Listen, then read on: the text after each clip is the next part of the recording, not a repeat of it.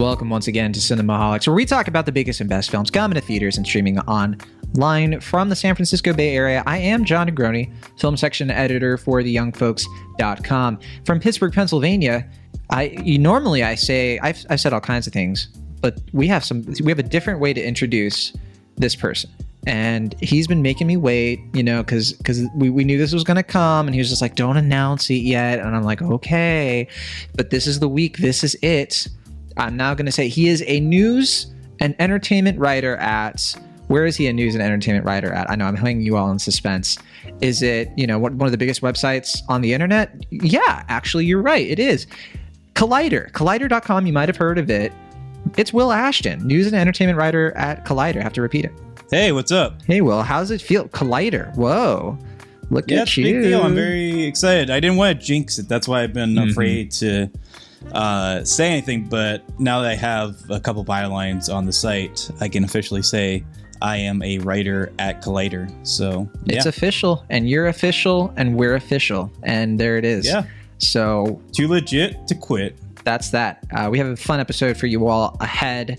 And I gotta say, if you are like, well, I want to listen to other episodes of Cinemaholics. Hey, what about that episode of Cinemaholics where you talked about that movie that came out in 20 whatever? Well, you can find our full archive on cinemaholics.com, plus written reviews, bonus content, videos, everything you like. And this is a big episode, Will Ashton, because this is the first episode of season 6 of Cinemaholics. This is episode 258. And this, we're starting a new chapter. We're entering our 5th year. We've done 5 years of Cinemaholics.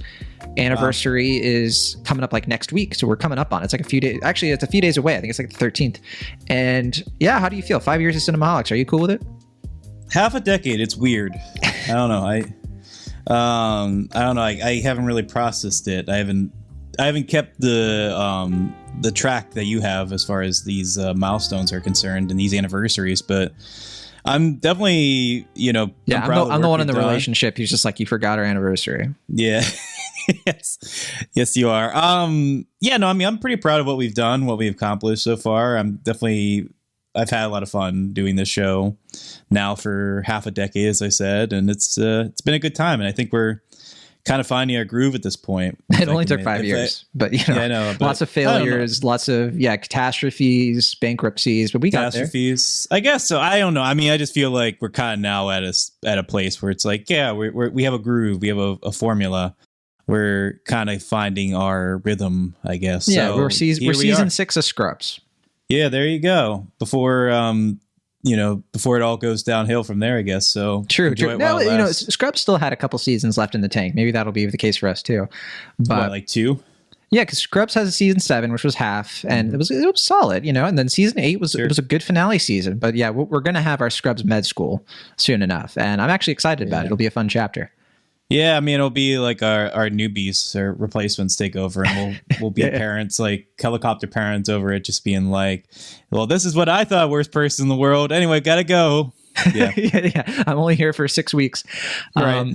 But yeah, so yeah, we're excited to celebrate this anniversary. Thank you for all of you who've been listening, however long. If you've been with us all 6 years, that's amazing. If you've been with us for 6 seconds, that's even more amazing because you lasted that long.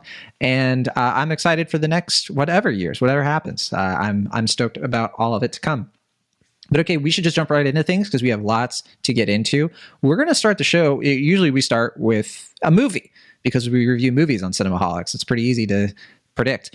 But this week, no, we're gonna kick things off with the Oscars 2022 nominations, and we're not going to go through every single one, but we're just going to do our general reactions too because they got announced this morning.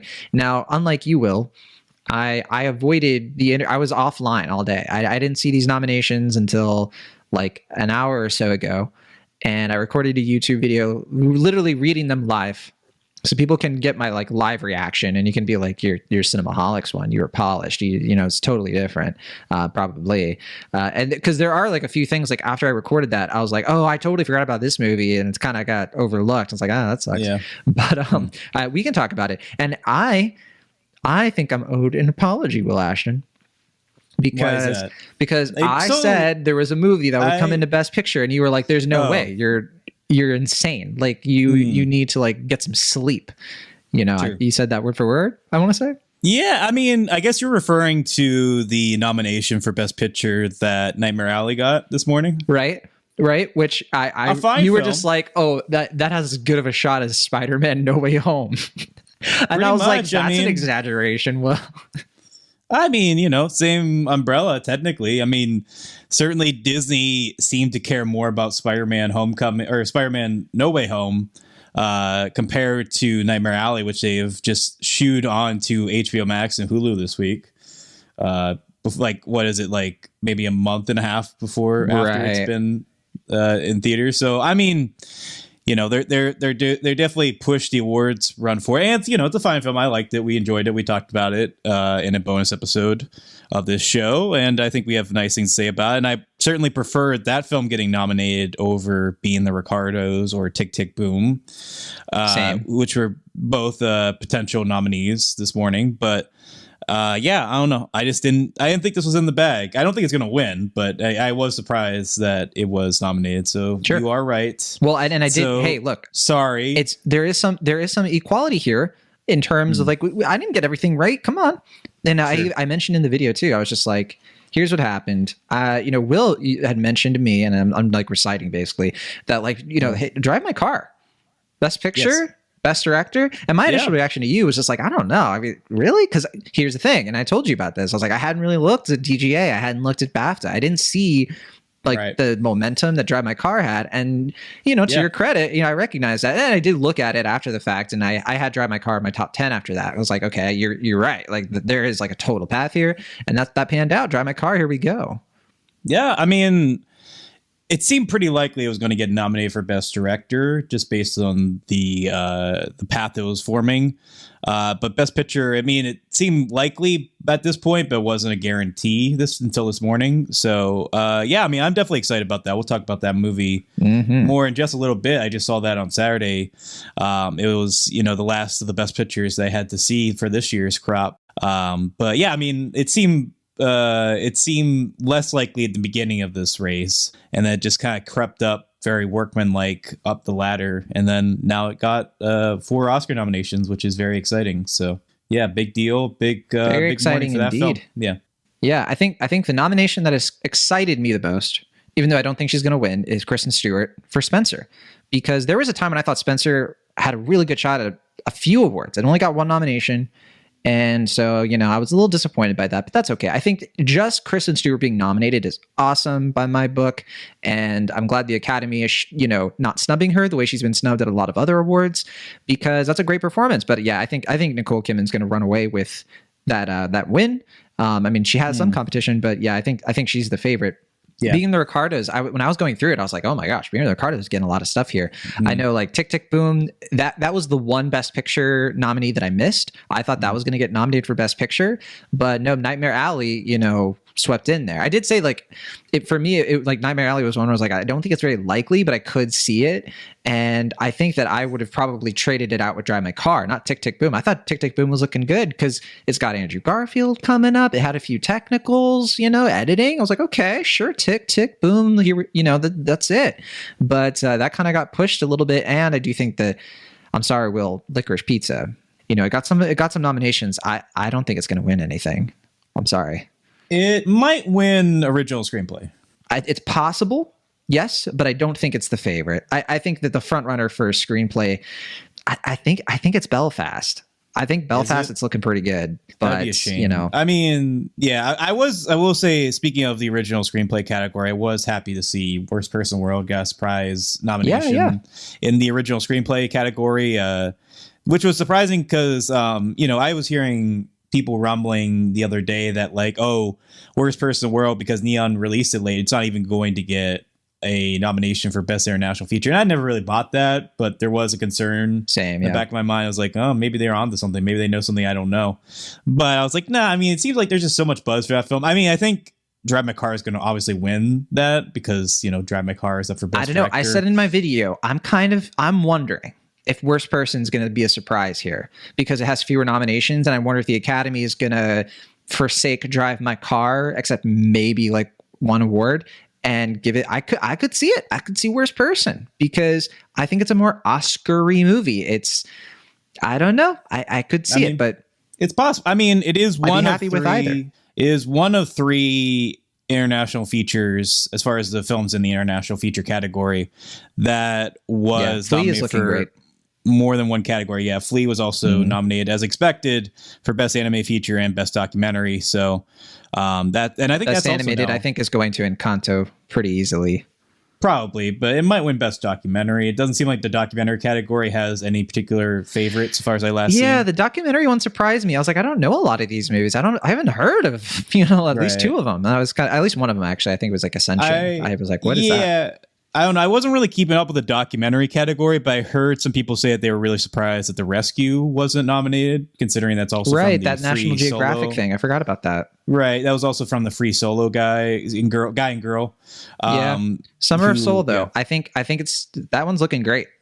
That's true. Yeah, I forgot. Yeah, that's also nominated, so that could very well win. It's a very definitely my favorite of the win. bunch. As much as I really love Flea, that's probably my favorite. I mean, of the ones I've seen so far, I haven't seen at least 2 or 3 of them. So that one I need to catch. That's a big category for me that I got to catch up on. But I mean, I don't know. Flea could very well win that one if it does get stumped for international feature and animated feature, because it seems to be a less contentious category. But we'll find out soon enough. Yeah. Yeah, and so Coda got some love. Troy Kotzer was great to see. Got some writing love. I was glad to see Coda get in there. I don't think it's going to win much, if anything. And Don't Look Up got some, attention. Don't Look Up, I don't know. I don't know if that's going to get anything. I'm not that curious about its prospects. I was kind of thinking that DiCaprio might get a nomination, but I think it's possible. I think where it lands, this is what I predict, and I think what most people were predicting in like October of last year, which is I think Power of the Dog is going to win Best Picture, Best Director. I think Belfast is going to take some of the periphery awards, and I think Dune is going to sweep the technicals. I think that's what it's going to look like, and I think it's going to be Power of the Dog's year. I'm wearing my Jane Campion shirt, so I'm biased. Sure. Yeah, I mean, I think for me, what tipped me into thinking that it's probably going to be Power of the Dog's year is that Power of the Dog got the editing nomination where Belfast didn't. And I mean, I'm not going to say this is a fast and true rule of Best Picture winners, but it's a lot of strong indicator. Right. Generally, I mean, because editing is obviously key factor into what movies are the best received of the Oscar or the Academy. And, obviously, if they really appreciated the craft of the film to nominate for both directing and editing, allegedly, well, I mean, there are exceptions, like obviously, like Bohemian Rhapsody won for editing, but that was more of like a kind of pity Oscar, I guess, because they were like, you kind of did this movie a solid by make it even watchable. Which I put a lot of brackets on. As it is, but for we got to remember too, like some of these movies, like King Richard, it got a nomination for editing, and I mentioned this. I was like, so some people that might be surprising, but you have to recall like that tennis sequence at the end of the movie, and in general in the movie, is really impressive stuff. And I think the Academy fixates on things like that, of like Live Aid, that whole sequence from Bohemian Rhapsody. That was why people were kind of teasing as like, what's so great about the editing? It's like it's about that scene. Like that's really what it comes down to. I mean, I fall under the rule of like, I think the best editing is the editing that you don't really notice, but the Academy seems to follow the other logic, which is that they like the movies where you can really see the editing in place. Pizzazz, the flash. Which seems to be why Don't Look Up and Tick, Tick, Boom were nominated. Not that those films are horribly edited, though there are some scenes in Don't Look Up where the editing is bizarre, to say the least. I don't know. I don't think either movie is bad with editing. I think Don't Look Up. I think they're pretty competent, and I would say Tick, Tick, Boom has some really good editing moments in Flight to Fancy. So I'm a little bit in disagreement. But they favor a sort of editing style where it's like, I feel like a movie like Worst Person World, like that is edited in such a way where I think that's a masterclass. Right. I think that's like the type of editing that I think gets overlooked for how well it's edited, considering like how it captures that like novelistic flow in a way that's very like absorbing and impactful. And I think that's the type of film where it's like, obviously I think Worst Person World should have got a number of nominations, including for Best Actress. I didn't expect it. Agreed. Yeah. Renata Reinsve didn't really get something there. And I mean, that was expected, but at the same time was disappointing. But, at the same time, like I said, I don't want to downplay what it did get nominated for. It got 2 nominations. That's pretty incredible in its own right for a Norwegian film. So yeah, I mean, obviously everyone has their opinion on what should and shouldn't get nominated, and I would like to have seen more love for that film, but it got a lot of love already, so that's good. Yeah, I think a lot of movies here are going to get at least one thing. I think West Side Story is going to get shut out a lot, but Ariana DeBose has a pretty solid chance at Best Supporting Actress. I think King Richard. I think it could be. I think it could be Will Smith and Ingenue Ellis. Like very, very possible. I think Judi Dench is like kind of like the potential upset there for supporting. But and in terms of like actor, I think it's basically between, I think we have to acknowledge it's between Benedict Cumberbatch and Will Smith. I just don't think Denzel is going to get it for Tragedy of Macbeth, which probably not.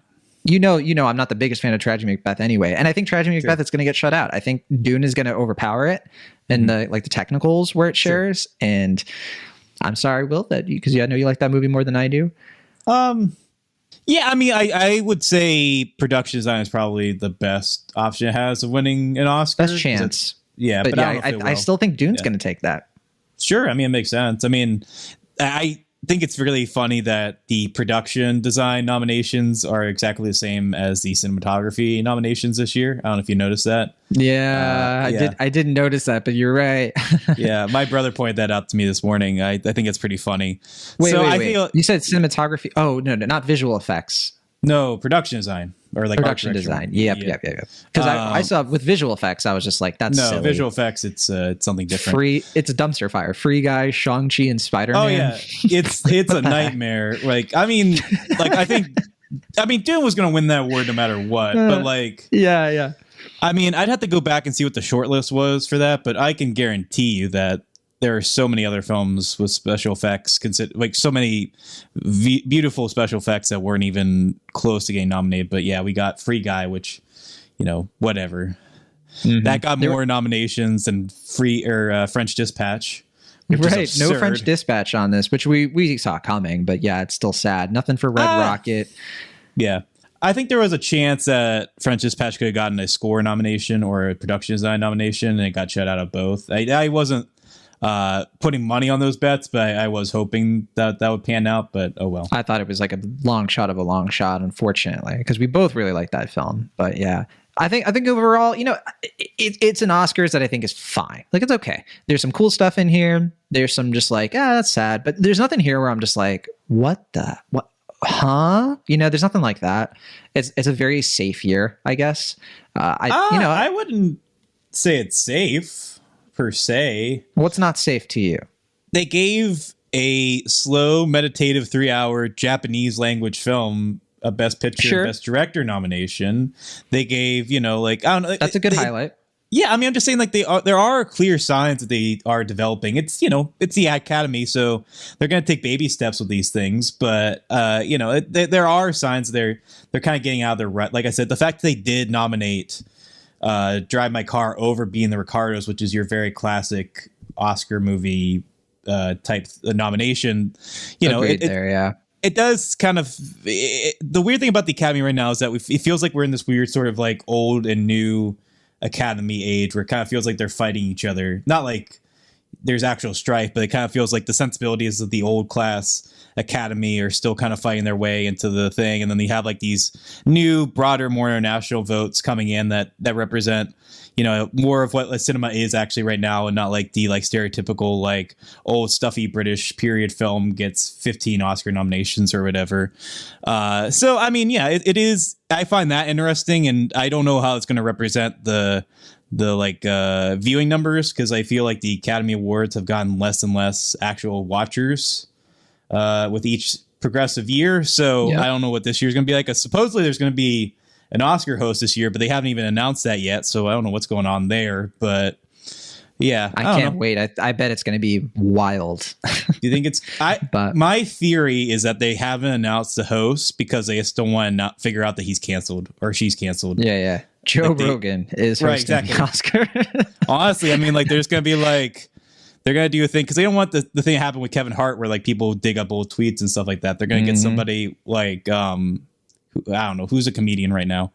Not Joe Rogan, but like Aziz Ansari, or no, I don't mean like someone who's actually been canceled. I mean like someone who's like has he been fully canceled though? No, like. What's that? Sebastian Moscato or something like that. They're gonna get him. Sebastian Maniscalco. Yeah. Maniscalco. They're gonna be like him, and then people are like, well, he had all these tweets, and then like the Academy's like, what? I'm sorry, we can't hear you. The Academy Awards are in a week. Have fun. Yeah. No, I think there it's like Sarah Cooper. Put her on the Oscars. She could do it. There are all kinds of comedians who do great, but sadly they won't pick them. I've heard people say. Both in jest and seriously that they should just get the Jackass crew to do it, and I'm 100% for that. Just let them host the Oscars. The Muppets or Cecily Strong. Of course, Muppets are like my number one choice of all Everybody time. wants the Muppets. It's a meme at this point. I think Key and Peele. Give it to them. How fun would that be? There's so many people who could do it. And they wouldn't get that canceled, just a little little baby cancellation. That's fine. We can handle that. I think Key and Peele would probably be all right. Jordan Peele has that movie he's working on, so I don't know if that's cutting into his time. But. I think, and I think John Mulaney is probably he probably needs another year. Yeah, he's got some stuff he needs to work on. He was born to host the Oscars, but it's just like it's a weird time where I think the public isn't totally sure what they think of him exactly, and it's kind of weird, huh? But anyway. He would be good for it, I think. Or actually, you know what? Patton Oswalt. How come they just don't get Patton Oswalt to host the Oscars? Yeah, that'd be fun. I don't know. Maybe because he's really knowledgeable about film. And, he is. I saw the filibuster from Parks and Recreation. It was masterful. But okay, I think we should end it there so we can move on to the movies. But we'll be having our usual Oscars episode closer to the awards, like once we've had a chance to see more of the movies, the ones that we haven't seen yet. We've seen, I think between the two of us, we've seen most of them, but for sure there are some we haven't. And we'll be doing our usual Oscars if we pick the winners. So we'll be going through and be like, all right, what are we going to pick? That's always like a weirdly very popular episode for us, right? Yeah. And it's evergreen. Like people come back to it. They're because I think that's more fun than just being like, what's going to happen? You're going to predict it. And it's like, I don't know. Like it's always different. And I don't think that's as entertaining. Sure. But we're going to give our reasons for why we would pick what we pick. Oh man, I forgot to mention, we didn't even talk about the Yak in the Classroom movie that got the surprise international feature nomination. I had never even heard of that movie. I was like, what is that? I just think it's so funny because I don't even know what that is. It could be a beautiful movie. I have no idea. I'll probably watch it. It's going to be this year's Wolfwalkers, right? Where everybody's just like, this is the best animated film in a generation. And we're going to be like, No, I think it's going to be like this year's Octopus Teacher, where people are just like, oh yeah, maybe. What? Like, what is this? And it's just like, and then they're just like, an octopus. Compelling. Yeah. There's always like an animal movie that just shows up. But okay, anyway, Moonfall. Our first movie of the week is Moonfall. If you're watching this, then you know by now a huge problem is heading our way. An emergency meeting is being called at our usual place immediately. Free bagels. I've made a shocking discovery. I need you to get me in touch with NASA immediately. Well, NASA and I aren't really on speaking terms these days. Well, that'll change. When you tell them that the moon is out of orbit. There's no need to panic. I'm not crazy! Why are they lying about all this? It's too late to stop. You knew all this was happening before NASA. You're the unidentified source? Oh, yes. We're dealing with an intelligent entity. We're planning a mission to attack this thing. I'm asking you for your help. Say yes, Brian. How many times has this happened, Will Ashton, where you walked into a movie theater and you've sat down and Roland Emmerich's name in lights, director, co-writer, producer. Producer, yeah. And you know that it's going to be a disaster film of some kind. Like, even if it's not like literally a disaster movie. It's going to be a disaster. Yeah, it's going to be a disaster, at least in some way. Right, yeah. Like, who knows? You saw his last film I did, Midway. Oh, yeah. It's a movie that literally, I only remember when you bring it up because I keep forgetting about this movie. But sorry, it was a movie. It showed up like at the end of 2019, and it was one of those like, this might be an awards movie, but probably not, and it wasn't. Like, I think it was because I think 1917 ended up being that sort of like war movie that is like technically brilliant, at least in the eyes of the Oscars and myself. But yeah, it was like a World War II movie that Woody Harrelson, I think, was in. Like, I don't know. I didn't see it. But his movie before that, was the last disaster movie he did, was Independence Day Resurgence. Movie that, to this day, I can't believe exists. It's a terrible movie. It is, I think, one of the worst of the legacy sequels of this current era. I think it's garbage, but you love it. I don't love it. I think it's just mediocre. I don't think it's quite as terrible as you make it out to be. It's like whatever. It's like, okay. I think it's a little worse than mediocre. Like maybe, I don't know. I remember I had some interesting ideas, but it just didn't really come together well. But I didn't have any like big expectations for it. So I mean, I would put it above like some of his big, like something like Stonewall is a genuine disaster. I didn't see that one. Yeah, he did that the year before. That is like an embarrassment. Ron Perlman was in that, right? Might as well. I don't know. I just remember like it was a very I think it probably meant well. I don't know, but it was just like, yeah, I don't know. I mean, there's been a lot written and said about that film. I don't want to go on at length. It's just it was a big we should say it's about the Stonewall riots, which was between the police and like the I think the gay liberation movement, in New York. And I think this was like the late 60s. And Roland Emmerich himself is gay, and of course, yeah. I think it was like a passion project, right? So it's a complicated thing. It was just one of those things where it's like, I don't think his heart was in the wrong place. I just think his sensibilities as a director were wildly miscalculated for a film like that. Now, we should mention, with Roland Emmerich, his disaster movies, what differs them from other movies that he directs is that he typically writes them or co-writes them. So he co-wrote Moonfall, like I said before. The last movie he co-wrote, in addition to directing, was Independence Day Resurgence. And then before that, all the way to 2012, which I think is an okay movie, personally. He also did 10,000 BC, which I saw some of. I was pretty bored by it. Yeah, I was kind of like, Day After Tomorrow before that, which I think one of his best movies. Really solid. That's the last one of his I remember enjoying in an unironic way. Like having a good time watching it. Yeah. It's it's good for its time. And great showcase for Jake Gyllenhaal early in his career. But Godzilla, kind of famously, his follow-up to Independence Day, which Independence Day, I think, is like other people would say that is his like best movie next to, like, it's one or the other. Independence Day is just like a blast of a blockbuster of the 90s. But then Godzilla, people are like, this should die. And then, I mean, people don't really talk about The Patriot, but he didn't write The Patriot, right? So, that's I forgot he did that. I actually haven't seen it. Well, that's the thing. The Patriot, people are like Mel Gibson. They don't think of Roland Emmerich really with that movie. Is in that one too, right? Sorry? Heath Ledger? Is he in that movie too? Yeah. Heath Ledger and Jason Isaacs and Chris Cooper, I think, isn't it? But yeah, it's, ages ago. But then, Godzilla, one of his worst. And before the Stargate, Universal Soldier, he's done so many movies. But the point is, Moonfall is interesting to me because he's come back, he's here, and he's making a big old movie, big moon movie. And it's like, I said this in my review for Inverse, it takes a lot of the disaster movies he's written over the years and it just collides them. And he kind of like puts other stuff in it. It's like, it's Independence Day, but then he also has some like the Day After Tomorrow sort of editing. And then he also has like the like world destruction of 2012. And then he also has some of the really bad writing of Godzilla. And he has a little bit of a movie called Contact, like kind of by way of 2001: A Space Odyssey. And I'm just like, what movie isn't in this? It's amazing. And I'm going to start off by saying Moonfall is a movie that a lot of people are going to hate. And I expect you're going to be like, it's the worst movie I've seen in like 10 minutes. And I love this movie unironically. I had so much fun while I was watching this. I was in a press screening. It was an IMAX screening. There were 12 of us. After the movie, you could tell who was most into it. There were 3 of us. We stayed for the entire credits out of respect. Okay. It was so bad. Like, I think the reaction from those critics who left first, that the publicist was gone when we left. The publicist was just like, I give up.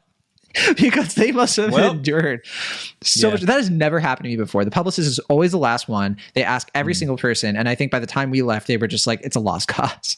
Right. And they were wrong, because we walked out and we were fist bumping, not real, like metaphorically because of COVID, but we were just like, yes, Moonfall. This is it. Elbow bumping. This is the movie. So I obviously loved it. It's about what if the moon was what if the moon was an alien thing, and it broke out of orbit, and it's coming to Earth, and there's like AI now, and it's gonna, and the world's ending, and astronauts, and it just keeps going from there. It's a perfect movie. Patrick Wilson, Halle Berry, John Bradley, which I don't know I think I've ever seen him in a film before, but Game of Thrones fame, he plays Samuel Tarly, Michael Pena for some reason, Charlie Plummer for some reason, Kelly Yu, and Donald Sutherland for every reason. This movie rules. It cost $146 million to make. Box office, it's terrible. It's one of the biggest flops in a minute. I think it only made 10 million so far. Will Ashton, tell me how much you loved Moonfall. Well, I didn't really have any expectations, even keeping your enthusiasm in mind. I was just like, yeah, it's another Roland Emmerich movie. But I could see why people had some kind of nostalgic excitement for this film, because you were like, why is John over the moon for Moonfall? Right. Yeah, because that's a bad sign for you. Right. But no, I mean, I was going to make that joke before you beat me to the punch, where it did, watching it feel like a kind of mixtape version of a Roland Emmerich movie. Like you said, it has like the kind of elements from Day After Tomorrow, obviously Independence Day, 2012, and it just kind of felt like him kind of going back to the well in some respects. After the past decade or so, he's been kind of in this weird place where he's like trying to get away from the disaster movies after 2012 with like Anonymous and some of the other movies you mentioned, like Stonewall, and even to some respects like 10,000 BC, where he's like kind of trying to like etch his own way out, but then he kind of comes back with Independence Day 2, and now obviously with this one where he's just like, I know who I am, I know what type of filmmaker I am, I'm just gonna kind of own up to it. And I think there is some appeal to that with this type of film.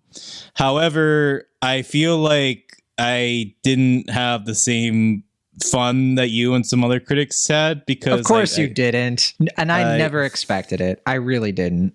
And I mean, like, it's self-aware. Like, I think some folks are acting like it's not. It's pretty self-aware about itself. It's a big budget B movie. It's like B for bagels, right? Yeah. It has like A caliber actors kind of phoning it in a little bit. You got like these like comedic personalities, like who's that British guy who's in this? I don't know his name. The British actor guy who's in this. He's like the third lead. Which character was he? The like main. He's like basically like almost the main character of the film outside of Patrick Wilson. The one I mentioned before, John Bradley. John Bradley. Okay. Yeah. I mean, he's like, basically like kind of getting, he seems to be the one that's most invested in this thing. Oh, he's so committed. I hope he gets so many roles after this. He deserves it. And I feel like he almost makes this movie work for me, because he's not funny. He's not given funny things to do, but clearly his heart is in it in a way that like Patrick Wilson, I feel like, is just like, maybe not phoning it in, but it doesn't feel like he's putting his whole heart into this. He's flexing. He's like, I've been working out. Have you noticed? Like the entire movie, right? Like the angles, he's just like, yeah. Was that him or was that Roland, do you think? Do you think? Probably. I mean, honestly, yeah. I mean, if I looked that good at Patrick Wilson's age, I'd be on top of it. Yeah. But I agree with you about John Bradley. And when he does that line about Fuzz Aldrin, one of the biggest laugh out loud moments I've had in quite a while. I mean, that was pretty cringe, and also all the stuff where they're pandering to Elon Musk was pretty extra cringe. It's that is the cringiest stuff about the movie, and the stuff that really holds it back for me is like the conspiracy theory stuff just does not hit very well. Like I think Emmerich thought it would, because read the room, dude. But I think it's just like an unfortunate timing thing, because like the idea of like, what if we took a Redditor QAnoner to space is kind of what this is. Yeah, which I think is a kind of, like I said, I think if maybe the movie focused more on him and less on Patrick Wilson and Halle Berry, I think I'd be more endeared with the film. But obviously they can't because they need like stars like Patrick Wilson and Halle Berry to carry this thing. But whenever they were on screen, like not that they're bad actors, obviously, but I just felt like I was never engaged with it because they just didn't really seem to be super engaged with the material. And I was just like, okay, like I feel like all of their scenes, I'm just kind of waiting for them to play out so we can get to the, you know, big expensive crash and dash of the world exploding and the moon causing everything to fall to bits and stuff like that. But I will say, I mean, I was starting to get into the movie once we were actually in space and we spent more time with John Bradley's character, and we kind of got into like the 2001 aping stuff. Like that was more fun to me than the setup. But there's just so much setup with this movie, and the setup is like a Transformers movie. Like right. it's kind of it has like a Michael Bay sort of frantic energy to it. I guess I just thought it was kind of boring. Like it just felt like it was a lot of setup. Roland Emmerich clearly isn't a good writer. He's never really been a good writer. And it's just like it felt like a lot of padding out to me to get to the good stuff. And I would be fine with that. This was maybe 90 minutes long, but it's like almost 2.5 hours. And it just felt like it went on for 2 hours, 10 minutes. Right. You know who was supposed to be the conspiracy theorist guy the first casting? No, I don't. Josh Gad. Oof, which yeah. I'm kind of curious about that. Like, what is that movie? Because like with Josh Gad, you have like a proven comedian, and I think John Bradley isn't really a comedian, but he's like kind of trying. And I think he's really solid in this. But I do think like if you had Josh Gad, I wonder if like while they were making it, they would have leaned it more into being like a full-on comedy, because it has that self-awareness you mentioned, where sometimes it's being funny, sometimes it knows that it's being silly, other times it's taking itself seriously. And personally, I thought the balance was fine, because I think that like every scene, the way the tone just like completely changes from scene to scene, I was okay with it because I always felt like it was the right tone for that scene. It's just like, it's so wild and out there and chaotic that I'm okay with the chaos. And I think that is a very specific thing that just is not going to work for everybody. And it's not going to like, it's not going to pan out for like everybody's interest. But I don't know. I just want to celebrate this movie and show it all the love in the world that it's not getting from anybody else. Yeah, come on. I get where you're coming from, and I wish I shared your enthusiasm for it. I ultimately don't think Roland Emmerich is even I just feel like he's just not competent enough as a filmmaker to really pull this thing off, even though he's been doing this for 20, 30 years at this point. Like, I mean, he's got the special effects VFX stuff down. Like, there's no other guy in Hollywood who can show a world collapsing quite like he can, and seeing monuments fall apart has always been his forte. But everything else is just him kind of playing the expected beats, I feel like, for the most part. But I will say, I mean, I appreciate him, by the end just being like, you know what? Screw it. I'm just going to make my own Interstellar. He's like, we already have Interstellar. It's like, yeah, you know what? But I want to make my own Interstellar. And it's like, I think that's where I kind of find myself endeared to film the way you are. But ultimately, I don't think there's enough here to really win me over as much as it won you over. I think we disagree, but not in spirit. I think there is like a weird understanding of like where we both know what this movie is, and I think I'm at peace with your take, despite how obviously different we are and how spread. But I mean, Will, are you scared of the moon? That is my biggest question to you, because I've always been scared of the moon. I think it's like terrifying. Unironically, or are you unironically? Okay, it's terrifying. The moon could so easily kill us. All it has to do, like what we saw in this movie was child's play, based on like the havoc of like what the moon breaking orbit would actually really do. And I like movies like this where I get to face my fears. What about Melancholia? Where do you stand on that film? Oh my gosh. And like, see, that's the thing with Moonfall. I needed this because Melancholia is really where this maybe kind of started too. It's like the idea of the moon being bigger and bigger and getting closer and closer, and then that's it. Stuff like that just like it creeps me out, it skis me out.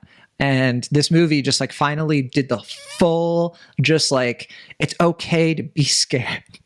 And so it hit me pretty emotionally. I'm not gonna lie to you. Well, it is interesting to me that we have around the same time 2 movies from 2 fairly prominent filmmakers doing very deliberate metaphors for climate change. revolving around the world ending. Obviously, the other one being the Academy Award nominated Don't Look Up from Adam McKay, and now we got the working man version, which is Roland Emmerich's Moonfall. And I don't think either of them completely pull off that thing the way they want to, but at the same time, I kind of admire this one's gruff more than I admire whatever Adam McKay was trying to do with his film.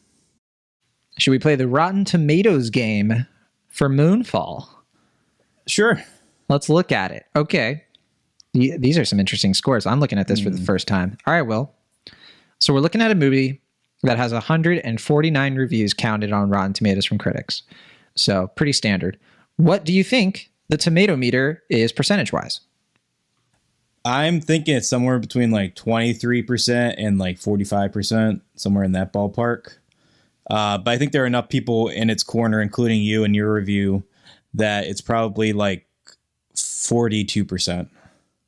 You're not that far off. It's 39. Okay. You're off a few. And yeah, 39%. It's been all over the place. When I first put my review on there, it was like around 44, 45. It dropped to 40. Then it dropped a little further. Then it came back up. Who knows? Maybe like these reviews could double and get even higher. But let's look at the audience scores, because this is interesting. We have 500 plus verified ratings. I think that's all the people who actually went to the box office. Yeah, I was going to say, it's kind of funny. That's a lot higher than usual. It's funny to me that like you went to a press screening that was like way more highly attended than my actual public screening of the film, which had you saw it like people. You saw it at like a time when there would be people there, right? I saw it during the like whatever the bargain matinee is called now, like the like sweet spot time, like a 4:30 showing, where like they're expecting people to come in because the seats are cheaper. And there were only 2 people there. So I think everyone's just seeing Jackass Forever besides Sean Negroni. That's right. So, yeah. I didn't see that movie. We talk about that in our bonus episode with Corey Woodruff, where we talk about you just complain about me in general. Just be like, a big old wimp. You can't handle the Jackass movies for some reason. Right, yeah, that's what it is. But okay, audience score. What do you think it is for Moonfall? 63%? I know what you're going to say when I say this, but I'm just going to say it. 69%. Oh, nice. All right. Yeah. That was kind of close. Yeah, you weren't far off on that one either. So, you know what? Moonfall, you weren't in the exact orbit. Still the end of the world. But, Yeah. You got where you needed to go there. All right. Sure. Oh, and should we do the letterbox rate? Actually, no, I have to look up the cinema score because I got to know. I got to know what it is. Oh, okay. While you're setting that up, I was going to ask you about Moonfall. Did you kind of notice the COVID-ness of it? Like that was shot in 2020? Not particularly, but I mean, I certainly got like a hint that these had to be, there weren't a lot of extras, like there weren't a lot of shots of crowds or anything. Yeah. But it was just like a lot of like clothes. Like it looked like there were a lot of like actual sets involved. And like, like I said, there weren't a lot of extras. So it was kind of like, is this like a cheaper production for Roland Emmerich? And it's like, not really. So I guess this is all just COVID stuff. That's the thing. It's like, I think they spent so much money on the effects. The special effects, weirdly, because the effects are not good. But some of them are okay. I mean, towards the end, some of the effects are pretty good, and some of them are not good at all. I think the worst effects are like on Earth. Like that stuff is just like terrible. Yeah, that looks terrible. Though I gotta say, how about the Lexus stuff too? I was gonna bring that up earlier. The what? All the stuff with Lexus, the car. Oh my gosh, company. Brilliant! Yes, more of it. There wasn't enough. There wasn't enough product placement. I kind of almost admired it because it got to like a community level where it's like almost like a joke where it's like part of the story. The scene where we have Michael Pena being introduced, like the opening shot where he's supposed to be introduced, like he isn't on screen for like 2 minutes because they're slowly panning over the Lexus logo and all the Lexus cars in the lot. And like I was kind of hoping that the scene would end just like as soon as we saw Michael Pena, that would just cut. Like it was just like the camera didn't even get to him on time. Mm-hmm. I want to say more that would spoil things, but there's certain things I love that they do with this character to like Lexus is the hero. There's a scene with a car chase with a Lexus. Oh my gosh. It's literally in like a vortex tornado. And you literally, they have a choice between a Lexus and a military convoy vehicle, and they stick with the Lexus. And it was a good choice because that Lexus doesn't get a dent or a scratch on it. And it's in like a vortex, like the world's literally coming apart and the car is in pristine condition. It's amazing. It's the That best. scene- It was the best scene in the movie for me. I was gonna say for me, like that was a scene where I was like, okay, I get where John's coming from with it, because that scene is exactly what I want from Roland. That scene and the scene where the rocket's about to launch, and there's like a tidal wave tornado oh my coming. word! I was sitting there leaning back and being like, I'm in good hands with this movie. That if the movie was on that level for the whole thing, I would be exactly where you are. Unfortunately, I feel it's not. All right, what do you think the cinema score is, Washington? Cinema score, I'm gonna say C plus. Perfect. You got there. Oh, wow. C plus cinema score. So that is Moonfall. I think it's safe to say we both love the movie. No notes. Oh yeah, letterbox rating. I'll just say it so we can move on. But 2.2. Okay. That's pretty bad. Oh, that's really lower than I low. was gonna guess. I was gonna say like 2.8 or something, or 2.4. Yeah, that's pretty bad. I haven't seen a movie that low in a while. All right, our next film, Drive My Car. We talked about this film earlier. It is a 2021 film that is now, it's hitting a wider release, so we're ready to talk about it. I saw it in December, I want to say, and you just saw it, so you're fresh on it. And it was one of my favorite movies of 2021. It was in my top 11. I think it was my number 11 of the year. It is a Japanese film. It's very long, 3 hours, but I think worth every second. It was co-written and directed by Ryusuke Hamaguchi. It is based on a short story by Haruki Murakami, and it is it's from a short story collection, I forgot to say, called Men Without Women. And I don't want to get too much into the plot of it because it almost kind of spoils it. But here's what I will say. This movie it's about an actor who is married to a film screenwriter. And, you know, the movie kind of opens up with like their marriage and where it's at. And we quickly find out that she has sort of like built this career out of like screenwriting, and like she like wakes up, you know, in the middle of the night, or, you know, it's implied like, you know, right after intercourse, and is like writing a movie in her mind.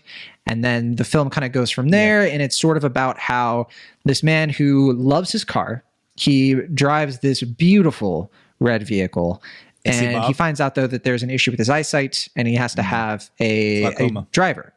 Say again? Glaucoma. Glaucoma.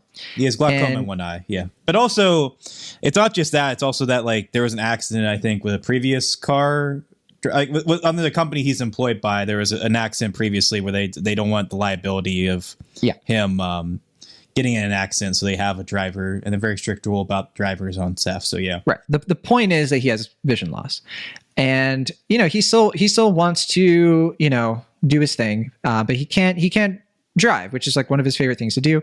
So as he starts to do this adaptation of Uncle Vanya for a play where he is directing and he's casting and everything, he has this driver who is this young woman, and terrific performance, and she kind of drives him, and it's a movie sort of about their sort of like budding, you know, friendship, like developing over time, driving Mr. Daisy, if you will.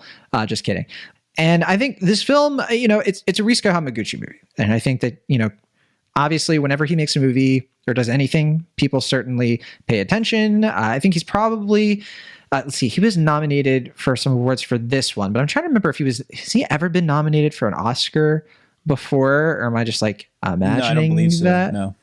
I know he had Wheel of Fortune and Fantasy also from this year, which I think you saw. But his previous film was very well acclaimed. Not only Wheel of Fortune Fantasy, but was it Akumo 1 and 2?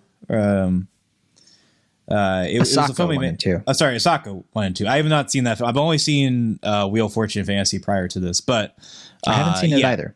That one I remember. That was one that like, because that was premiered at Cannes, and that was a really big hit as well. And like you said, I think this movie premiered at Cannes as well. Right. Yeah. And the Wheel of Fortune Fantasy premiered at Berlin. So yeah, I mean, he's been proving himself for a while now, but yeah, these three films really put him on the map in a big way. And now obviously with the Oscar nominations that he's gotten for Drive My Car, he's probably going to be, you know, huge. A boon for him. Yeah. Yeah. International art house scene. Yeah. It's the first, we didn't say this before. It's the first Japanese film ever nominated for Best Picture.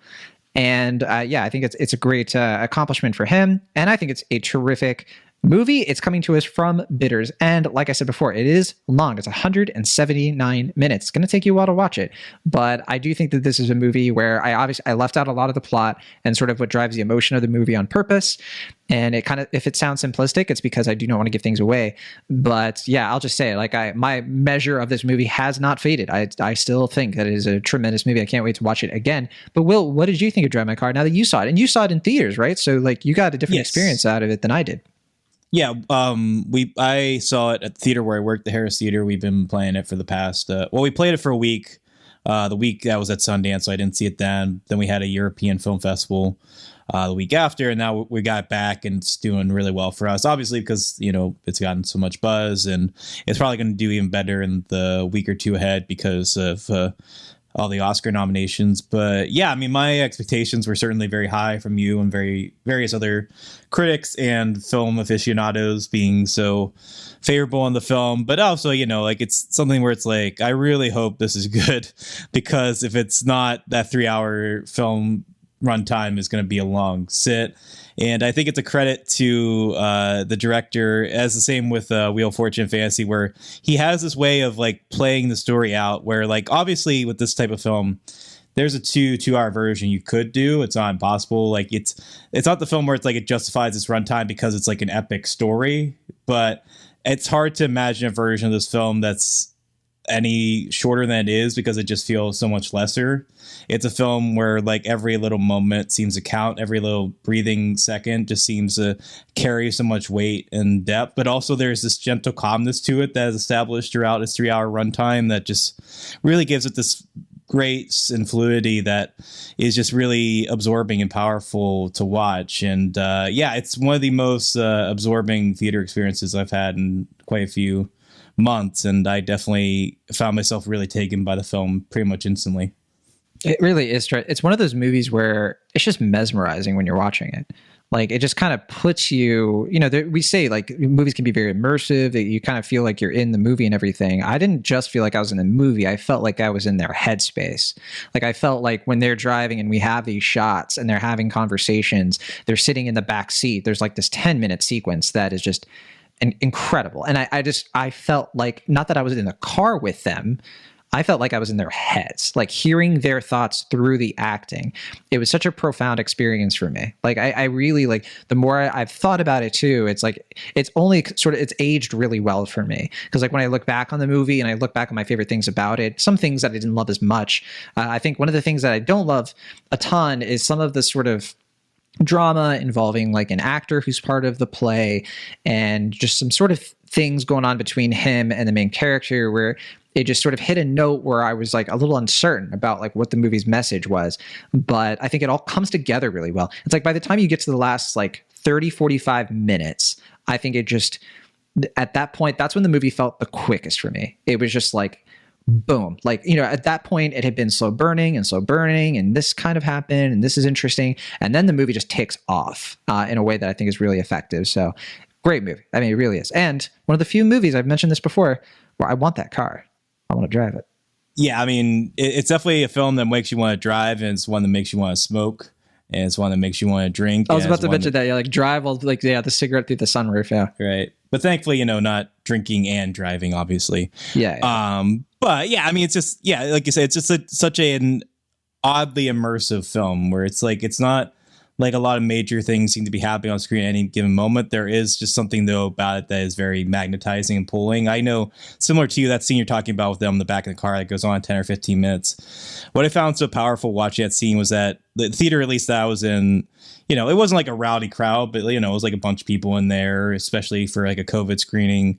And, everyone's kind of like eating their popcorn and like, kind of shuffling their feet and doing the different things throughout the movie. But like that scene and a few others, a pin drop could have fell, and it's dead silent.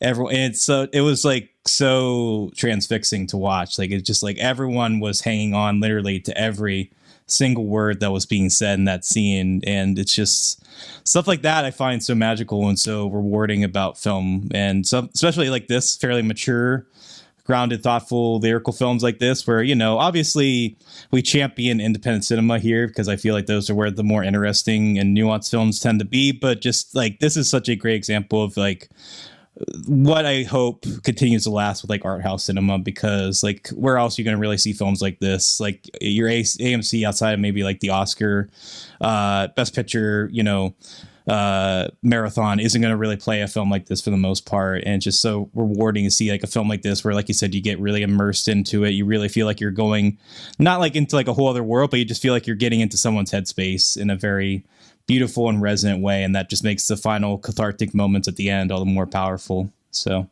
yeah, really tremendous stuff to watch.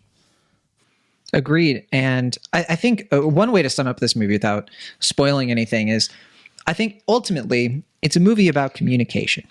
It's a movie where it really is about the way we communicate, not just non-verbally, but through different languages and through our expressions, and just like how, like the inventiveness, for example, of like the Uncle Vanya adaptation and the emotion that comes through the sign language in this film. Like, watching a movie like Coda earlier in 2021, which had a lot of scenes like that, where you're sort of relying on the sign language and how subtle the sign language can be. I know Sound of Metal was really great with that, but I think this movie really brought it. Like, I think that there was just something about one scene in particular where a character was doing sign language in a way that was emotional without being like over the top emotional, or like sort of like really overselling it. That, I don't know, it's just stuff like that where you really feel like the actor and the director are fully committed to like perfection in terms of like, what is this getting across, and is this really like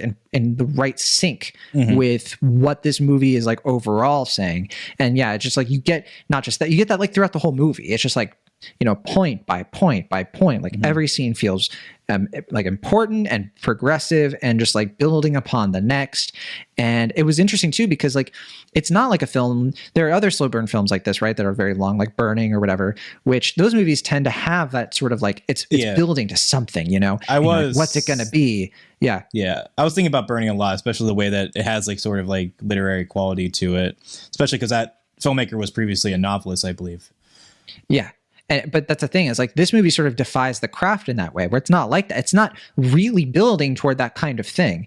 It really is just sort of like, it's just building toward emotional catharsis that is only happening internally.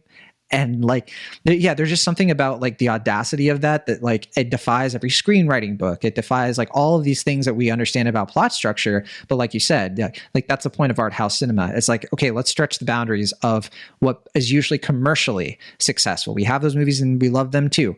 But what art house can do is it can evoke and inspire like a totally different mood and feeling through characters like this, even though, it's certainly an acquired taste. And I do not bemoan anybody who checks this out and is just like, I don't get it. Because like, it's definitely not a very accessible film for some people.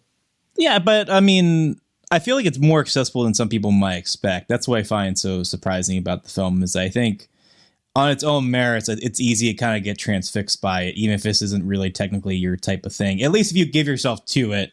And I feel like that's why it's so powerful to watch this in art house cinema, because I feel like a movie like this, you can watch it at home. I think you watched it at home. And I don't think it loses that value to it, but I think just being in a theater where you put your phone away and you're just with it for 3 hours, literally, it just becomes all the more powerful and transfixing, because you can just really devote your time and attention to it in a really meaningful way. But I mean, that's not to say that you won't get that experience if you watch it at home. I don't want to say like you can only enjoy it if you see it in theaters or whatever. But if you can see it in theaters, I think it becomes all the more powerful and richer. But yeah, I mean, going off what you said before, I do think that the movie also is really engaging and thoughtful in the way that like how it explores the way that we use art, or the way we create and consume art to make ourselves like aware of our emotions and become more powerful, but also just like watching performance and like giving performance is just, it's such a, it's something that's like time honored and true as far as like art at its very principles, but the way that it's communicated here is so lyrical and thoughtful that it really brings a real emotional catharsis in some subtle and beautiful ways, I think, especially by the end. Totally agree. And I was even talking to a friend about this not too long ago, who, they watch a lot of movies and everything, but one thing about him is that he tends to get really sick like of movies very quickly. He likes TV shows more. And so like usually when he watches a movie, he'll watch like a, 90-minute, 88-minute movie. And he's like, I get bored so quick. But he watched Drive My Car, kind of on a lark. And he said that he was just like completely absorbed. A person who can barely get through a 90-minute movie, who's usually like, I'd rather just watch a single episode of a TV show and I'm good. He saw this in a theater and he was just like, the time flew.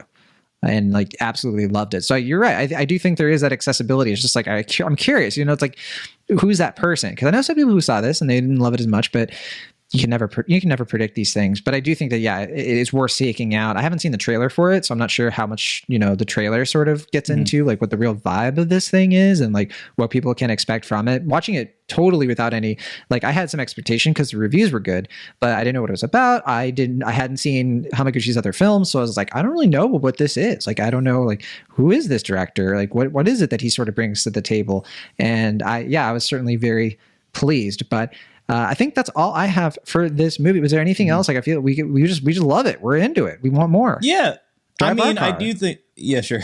I do think if you can see Wheel of Fortune and Fantasy, it's a great companion piece to this film. I think they both stand out on their own merits, but I think the way that those movies explore not only how literature can, expose some of our insecurities and greatest emotions, even when we're not fully aware of them, but also just the ways that it just explores like how human connection can be this kind of fragile and gentle thing that can, kind of have a ripple effect in ways that don't fully resonate with us until sometimes later on. It's just, it's very, simple things, but they're done so eloquently and so simply, as you mentioned, but with like great depth and nuance at the same time. And it's just, it's a showcase of a really tremendous director, and I'm really happy that he was able to get recognized not only with Best Picture but with Best Adapted Screenplay and Best Director. I think both are very well warranted here, and I hope he makes a lot more terrific films moving forward, and I look forward to checking out his past stuff as well. Same. Yeah, this movie, I literally think about this movie while I drive, and I'm like, she was so good at driving. How does she do it? And I've tried to improve my driving, feeling like I want to be as good at driving as she is. That's cool. Yeah. But I mean, I do agree with her performance being great, but what's the name of the lead actor here? The name of the lead actor is, and I'm probably going to absolutely butcher this, so I apologize in advance. Yusuke Kafuku. Yusuke Kafuku? I think that's how you say it. Okay. I was going to say, I mean, the fact that I'm sure he was at least moderately considered for Best Actor, but I think he gives one of the best male lead performances or any performances I've seen this year. And I think the fact that, I am not saying that anyone nominated for Best Actor in this race is undeserving per se, but the fact that he wasn't really in that conversation much this year is, I think, a great shame. Oh, sorry. I said the name of the character and not the actor. I've been doing that the whole time. All right. So I'm gonna set the record straight. So the name of the actor is Hidetoshi Nishijima. Okay. And the name of the actor who plays the woman who drives the car is Toko Miura. Sorry about that. So I'm not familiar.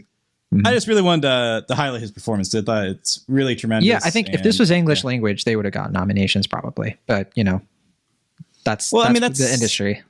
Yeah, it just kind of feels like, like we were talking about that with Worst Person in the World before. And also, going back to Parasite, a movie that got how many Oscars but no acting nominations, which is, kind of absurd. Right. Obviously Penelope Cruz got nominated for Parallel Mothers, so it's not like they're completely blind to this stuff, but Penelope Cruz is already a major actress. Right. So I don't know. There have been exceptions, obviously, like Marion Cotillard with La Vie en Rose, stuff like that.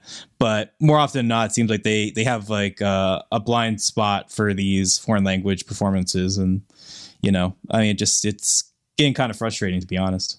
Agreed. But let's play the Rotten Tomatoes game, which is going to be interesting for this movie. I'll say why in a second. We have another movie with 146 exactly reviews counted. What do you think the critic score is for this one? Oh, it's got to be high.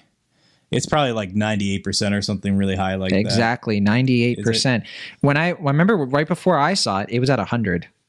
Yeah, and I got to see who gave it rotten. It has 3 rotten reviews, and I just want to see if I recognize. Oh yeah, Armand White. There you go. Oh really? Okay, yeah. That's almost like a joke at this point. Him and Cole Smithy are going to come out. You can just say sounds about Armand Wright. Yeah. Yeah, there you go. Audience score. What do you think? We have 100+ ratings for that. I was just gonna say I was reading Armin White's review of Rifkin's Festival recently, which is actually a pretty fun takedown.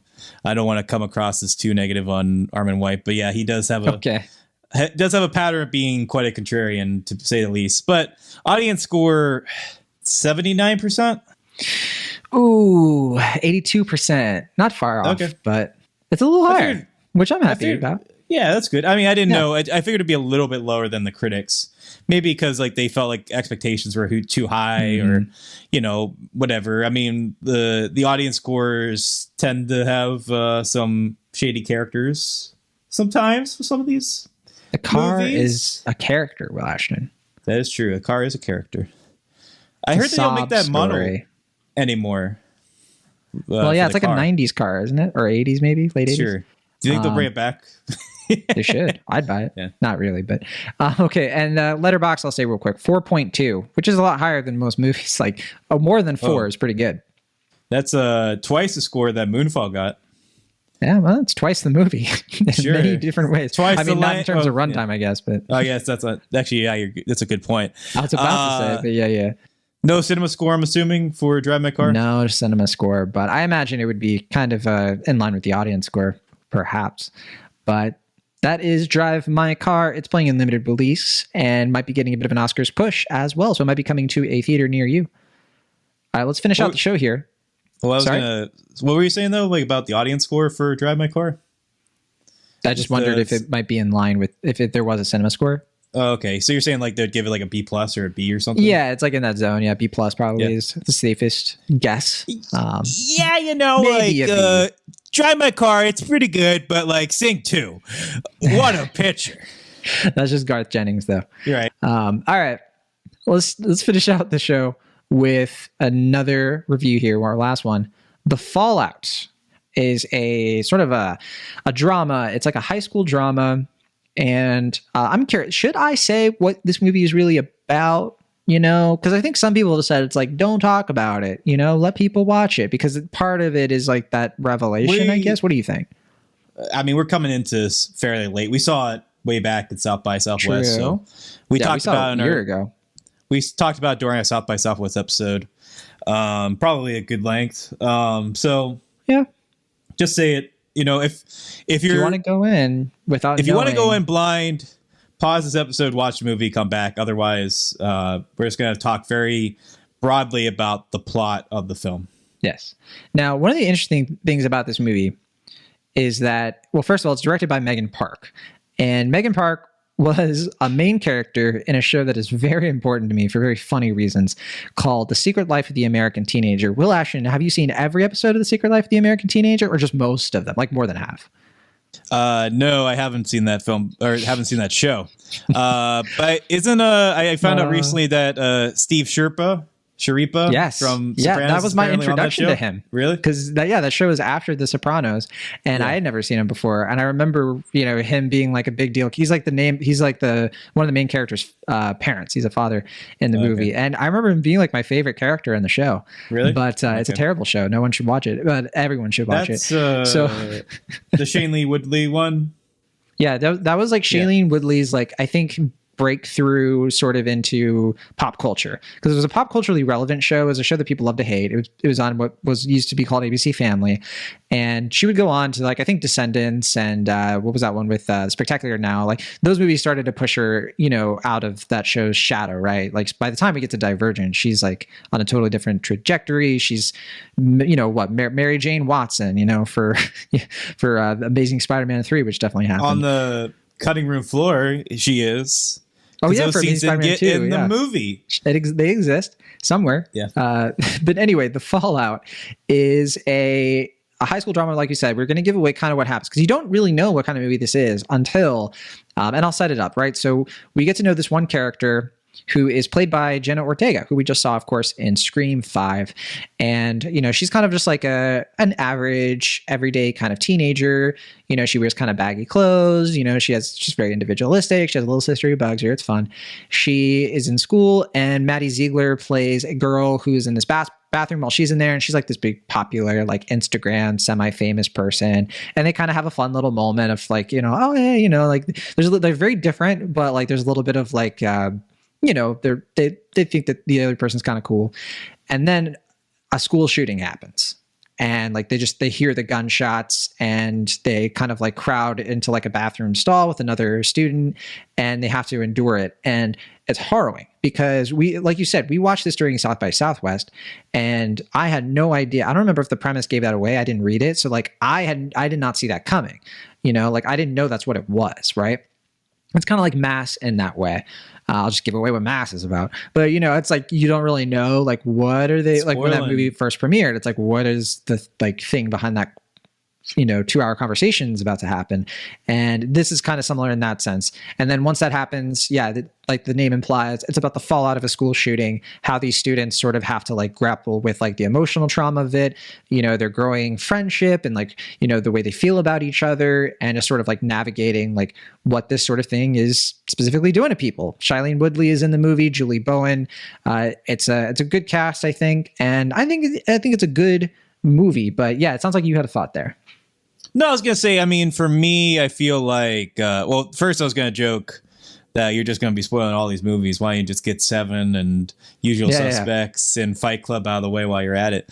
But yeah, I was going to say with this movie, I didn't know, similar to you, I didn't have an idea of what it was. Like I didn't read a synopsis going into it, but I feel like the beginning of the film was so like tranquil and like had this kind of calm before the storm feel to it. That was like something bad's going to happen. Like, I don't know what exactly it's going to be, but I have a hunch.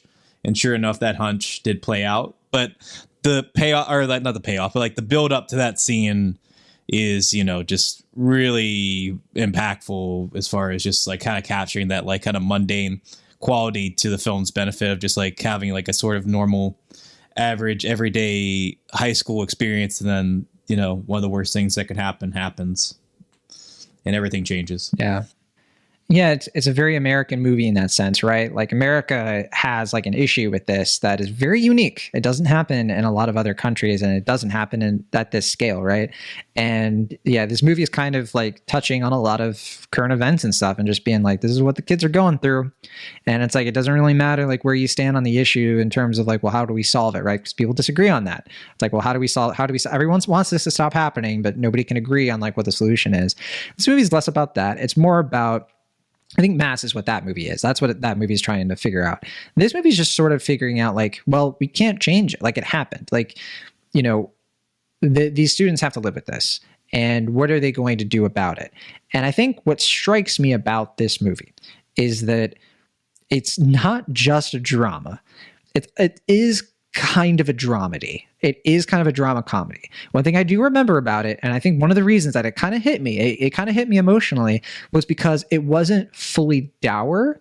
It was able to like let the characters find a little bit of like the joy of life, and, you know, be in a movie where there is humor. There is a little sort of not downplaying or diminishing what happened, but just sort of recognizing that there can be, you know, positive things to come through, you know, the aftermath, you know, not caused by what happened, but just sort of like you're taking charge of like your positive mental health in spite of this terrible thing that happened.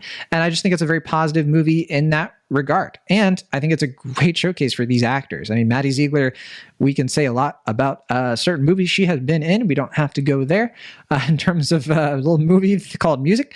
But Jenna Ortega, who I just think every time I see this young actor popping up in everything, I just think she has so much, you know, she has so much range, I think, as an actor, that she is really like applying to all these different roles that were more and more that she's doing.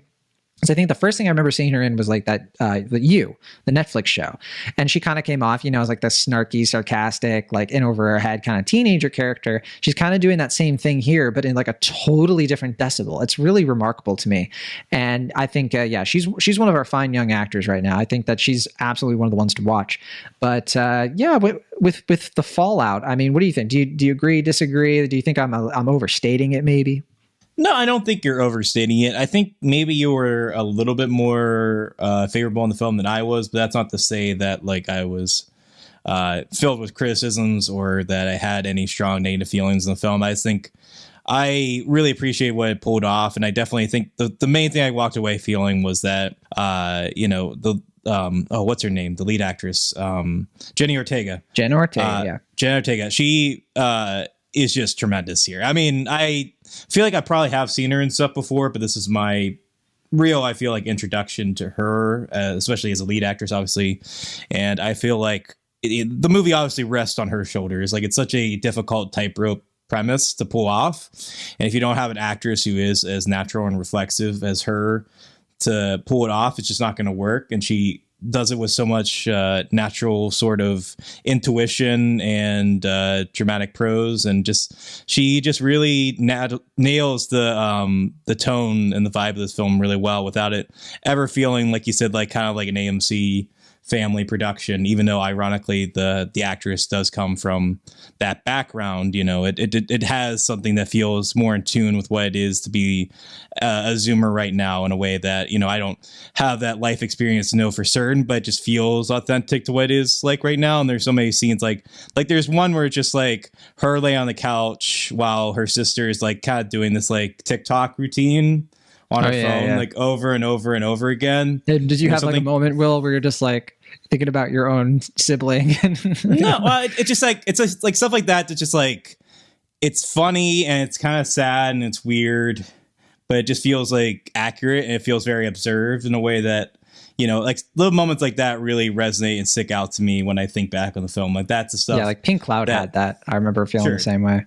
But yeah, I mean, just like something like this where I feel like kind of similar to Spontaneous, another film that tackles like a metaphor for school shooting, where it's just like, it's not so much about recognizing the tragedy, but just kind of like recognizing the life that these people are living, or kind of have the force to live, and seeing like the little like moments in life in between, and just recognizing that like they're not statistics, they're people, they're young people, they're kids who are trying to like live with their lives, and just have to live with this constant threat and anxiety of just not knowing that they can even be safe in their own school. And it's just, it's such a, like you said, an American problem and such a American ordeal to have to deal with. But this movie tackles it with a lot of thought and care, but also, like you said, with moments of humor and heart and humility at the same time. And yeah, that's something that it's not easy, especially for a first filmmaker, to pull that off. But I think it's very commendable that she does. Yeah, I think she just kind of, she has a talent here for depicting the teen experience. And it's like I was saying before, it's like, that is the teen experience. It's sort of this weird, your emotions are everywhere. You feel this, you feel that, you feel two things at the same time. It's like, sometimes a lot of these movies about teenagers, and it can just be very one note, when that's not authentic. That's not really what's going on. I do think it's a very Gen Z movie in some respects, but I do think it has a little bit more of like a, I think kids, could watch this in 10 years and still get a lot out of it, I suspect. And I certainly, it's very different from what it was like when I was in high school, sure. But certainly like that emotion of like starting to sort of be more independent, starting to realize that you can't really have your parents like be that sort of comfort and security that you want. And it's about, in a lot of ways, this teenager going through something awful and then finding sort of like refuge in like a friendship, which I think is just such a, on its own, a very beautiful thing. There's also something that happens in this movie that is just very like, I think people will see it coming, but also be like, yeah, that's a very nice and sort of touching way to sort of sum up, right? Like, how things kind of, when you're a teenager, it just feels like you have all of these options and possibilities, and you can have certain experiences that, maybe you didn't expect, that sort of open you up, to like what your life might be like when you have more independence and freedom. And I think it's hard to depict that sometimes in teen movies. It's hard to depict that transition very well. This movie does it with really serious subject matter. And like, I think it makes me wonder, I haven't seen Euphoria. I know people are talking about that movie all the time and everything, but I do think that that's one of those movies that people will avoid because it is a little bit more of like the show. And the show itself is like panic inducing for people. They're just like, oh my gosh, like this is so extreme, like people think that like, or the people are seeing these like kids doing these crazy things. And I think this movie is probably a little bit more of like going to hit close to home, because I think these teenagers are going to be more recognizable, or like this sort of story. Not to say that shows like Euphoria or Skins, stuff like that doesn't have its own merit and value to like what it can do with like teens. But yeah, I just think that's a different flavor and a very good one.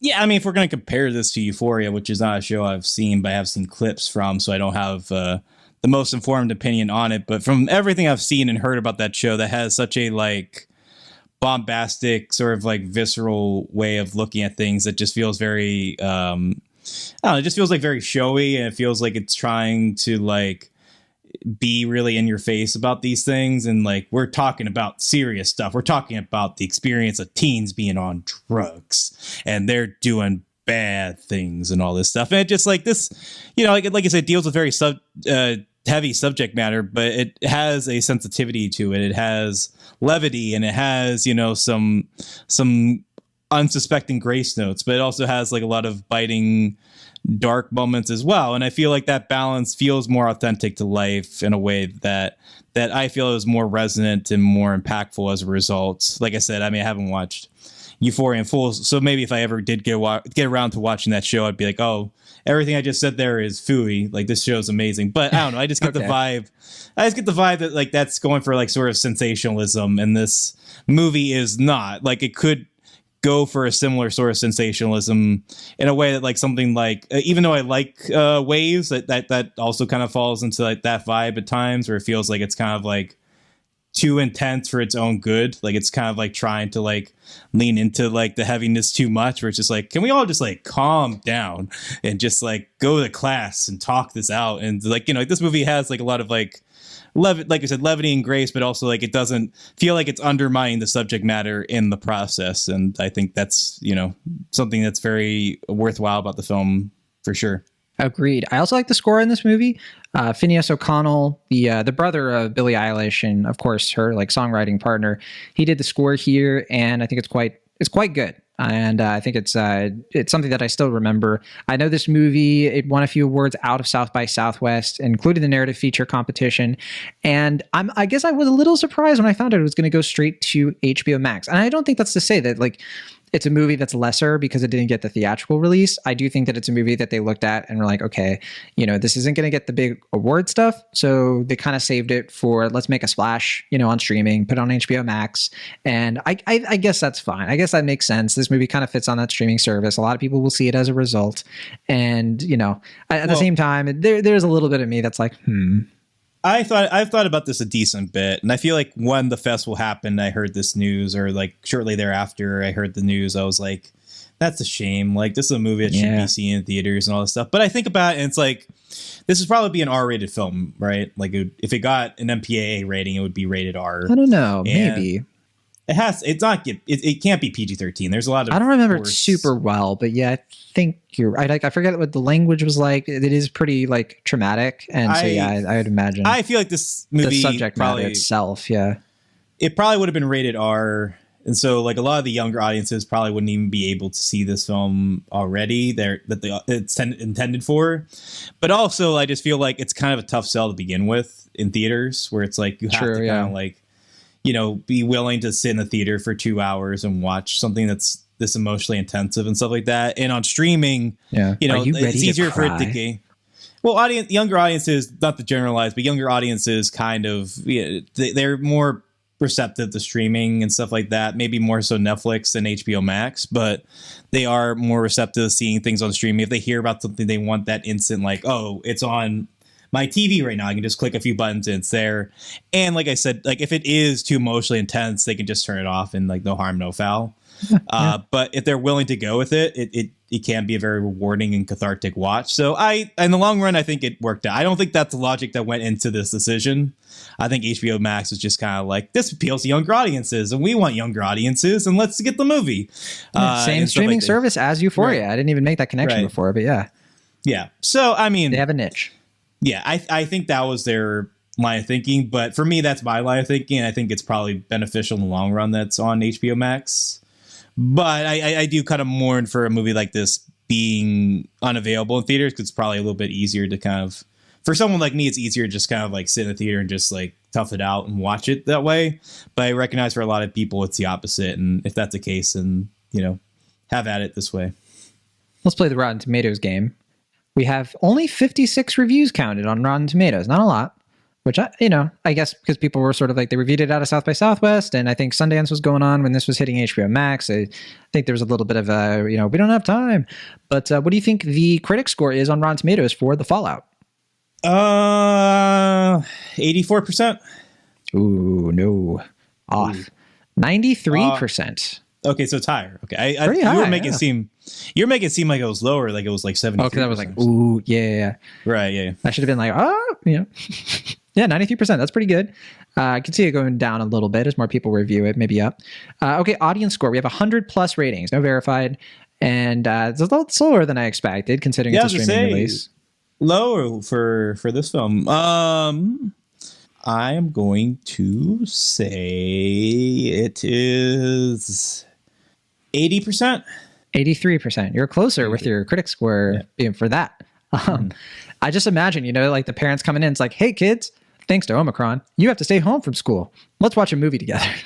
Oh, yeah. I didn't even think about that, too. Like, with Omicron, it's probably a little this bit safer Valentine's Day. Yeah, it's a little bit easier for folks to watch this on streaming, too. Experience the fallout. Fall out of love. Yeah. Perfect.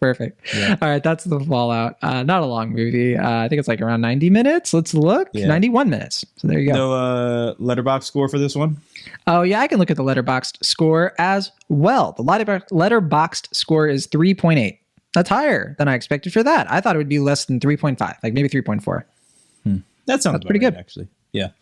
And that'll do it for us this week on Cinemaholics. We'll be back next week to talk about a bunch of films, including Death in the Nile, Want You Back, a few other things.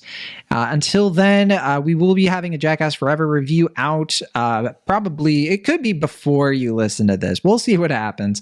That's that. We have a bonus episode. Will Ashton talked about the movie with somebody named Corey Woodruff, some Rotten Tomatoes approved critic as of yesterday. We're excited about that. Yeah, we talk about that. We went. So I think for Corey. I'm so happy for him as well. I think we went about as long as this episode on Jackass Forever. It's a really fun conversation. I'm looking forward. I can't wait to edit that. Yeah, there you go. Have fun with that. I'm gonna be like Ryusuke Hamaguchi, just like, oh gosh. Yeah, it's not. I mean, this one's a little bit longer than what we did, but it is like 70 something minutes. So, great. Buckle up. It's a fun conversation though. I think you'll enjoy it. And I look forward to hearing what everyone thinks. Sounds good. All right. You can check all of that later this week on Cinemaholics. We'll be back next week. Connect with us on social media. Say hi to us, all that fun stuff. Here is to year number 6 of Cinemaholics. It is beginning now. From the Internet California, I'm John Negroni. And for the Internet Pennsylvania, I'm Lashin. See you next time.